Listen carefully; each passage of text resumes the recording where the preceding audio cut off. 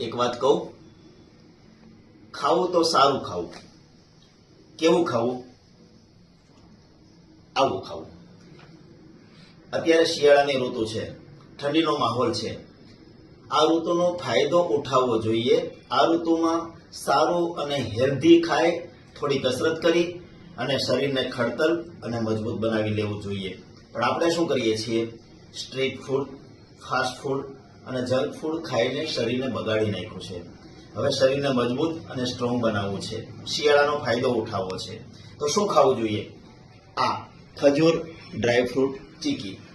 આમાં આવે છે ખજૂર, કાજુ, બદામ, પિસ્તા, ઘી અને મધ.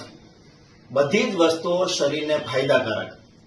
થોડું ખાઈ લઈએ, થોડી કસરત કરીએ, શિયાળાનો ફાયદો ઉઠાવીએ અને શરીરને મજબૂત અને ખડતલ બનાવીએ.